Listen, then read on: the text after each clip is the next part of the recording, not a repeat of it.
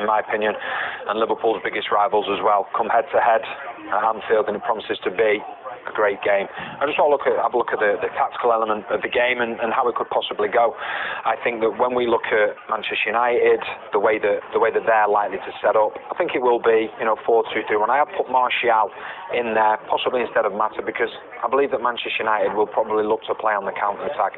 And even if we look at them this season, certain instances, how they've gone about it themselves, this is a Swansea game. Swansea trying to have the possession, having as much as they can, but then Manchester United breaking very quickly. And one thing Manchester United now have got, you see the spaces there where the Swansea fullbacks are vacated. Manchester United have got more pace now in their team than they've had in recent seasons, and it's working to great effect. And what they're able to do is turn defence into attack so quickly, like in this instance. And once again here, Swansea are on the attack, and the ball comes out to Lukaku.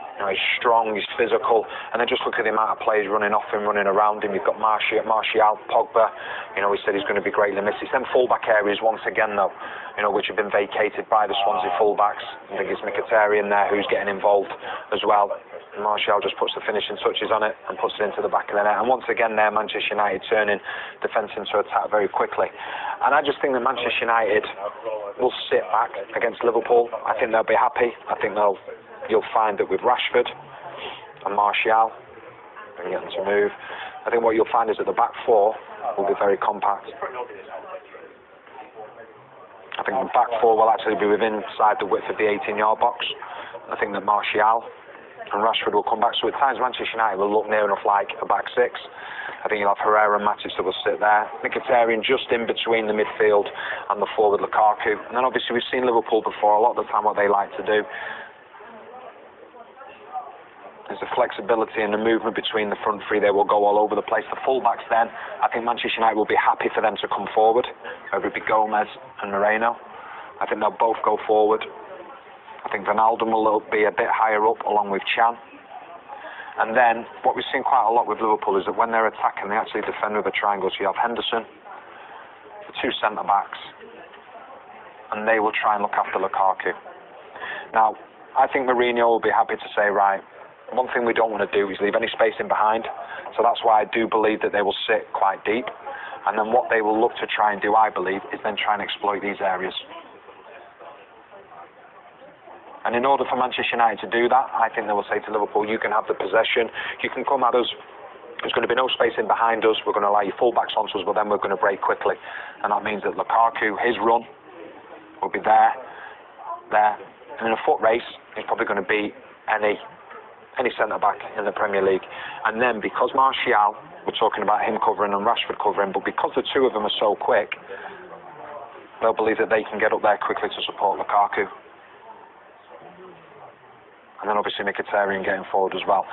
Therefore turning defence into attack. I think what we will see though, is if we do look at Manchester United, I think we'll see two presses for them. I think they will press high here, when the goalkeeper's got the ball, to make sure that Liverpool can't play out from the back. So I think you'll see the front three in particular stopping Liverpool playing out from the back. And I think what we'll see is that if that press is then beaten, we'll go back to what I originally said, which is then the players of Manchester United dropping back and being nice and compact, and then turning defence into attack very quickly, allowing Liverpool to have the possession. So from Manchester United's point of view, like I said, I think they'll be happy for Liverpool to have the possession, allow them onto them and then break very quickly. Now, as for Liverpool, we've seen Liverpool when they're at their best. They play fantastic counter-attacking football. I'd probably say that one, if not the best counter-attacking team, and this is against Arsenal. You see how quickly they do this. Arsenal have committed a lot of men forward. The ball's being played forward here. And then you've got Mane who's running forward. A fantastic pace. Obviously he's going to be a huge miss tomorrow for Liverpool with the way that they play. And this is how Liverpool can be so quick to counter. Like I say, in my opinion, probably one, if not the best in the Premier League at counter-attacking. Once again, here you see them breaking. Arsenal are chasing the game at this time. But look how quickly Liverpool are breaking. And Salah, who's been so informed for Liverpool since signing for him, he puts the finishing touches onto what was a great performance.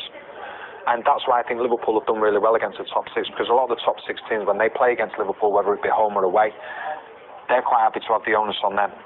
That means that Liverpool then can sit back and they can do what they want to do. So at times, when Liverpool are defending. We've talked about it before, the terms of that they can be isolated when they're forced to play forward a little bit more. That means that Henderson can be isolated with the two centre-backs, and it's very difficult. When you're a top team, I think, and you have most possession, I think it's important that you actually defend with a four, whether it be two centre-backs, two defensive midfielders, or two centre-backs, your one defensive midfielder and your full-back, or even with a back three with a defensive midfielder.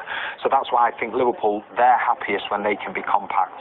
So if they were to sit back, in an ideal world, this is what they would want, I believe. I think that they would want Manchester United to come onto them. Talk about Mkhitaryan, talk about Martial. Therefore, if they do that, that means the rest of the team will then push up. Your back four, your wingers going forward as well. Two centre-halves on the halfway line, and obviously the other full-back going forward as well. That, in an ideal world, is what Liverpool want, because one thing is then, there's no space in behind them, but what there is all this space to take advantage of here. And in an ideal world, that's what Liverpool would like, because when you've got players like Firmino, you've got the pace of Salah, and you've got the magician Coutinho who can make something out of nothing, this is where they want the space. They want the space in front of them to be able to do that. We know that Salah can interchange, he can come inside as well if he wants to, and then you've got a player like Coutinho, when he gets the ball, if there's space in behind, he can pick that pass. So that's how Liverpool would want it, but I don't see Manchester United doing it. I see Manchester United sitting back, comfortable in allowing Liverpool to have the possession. You know, I wouldn't be surprised to see Liverpool at some stage in the game have to say 60% of the possession. The onus is on Liverpool, obviously with them being at home and the fact that Manchester United are in better form in the league and where they are in the league. So Liverpool have really got to start on the front foot, but I think that could work in Manchester United's favour. So it promises to be a really interesting game. I think Manchester United could win this game because of the fact they've got so much more pace now in the counter-attack, and the fact that it's more important for Liverpool to actually go out and get the win. Manchester United could get a draw, I think, and be comfortable. So I'm looking forward to this game. It's going to be tactically a really intriguing and interesting game, but like I say, I'm going to go for a Manchester United win. He knows he's not got the right back four that he wants. He actually knows he's not got the right goalkeeper. You don't see De Gea, last year I know he had a problem, but this year De Gea's been in great form. We're not going to start swapping him around. He doesn't know his best back four because they're not good enough. That's the main problem here. It's not like they don't know how to play. Is it this way? Is it Matic? Is it Lovren? They haven't got a dominant leader in that back four, hence why they keep making mistakes and giving away cheap goals. You can turn around and say, yeah, well, the fullbacks push on too much. I watch Man City every week. Look how far Man City's fullbacks go. That doesn't stop them coming under pressure. And the other thing that Man City have is they've got Fernandinho that does a great job in filling in holes. I don't think Liverpool's midfield, they've got Chan, Henderson, good players, but they go to the ball. They always go to the ball. Do they spot danger? They need someone that's going to sit in that front of that back four and just put fires out all over the place, and they haven't got that player there. So I think until they get a defensive midfield player that can do that, and a proper centre-back, and I'm talking about someone like Van Dijk, obviously, I still think Liverpool, we can't speak about Liverpool as title contenders. Let's take a look at how the team's trophy cabinets compare, shall we? Liverpool have, of course, never won the Premier League, but they do have an impressive 18 league titles, the most recent of those coming in 1990. Now that record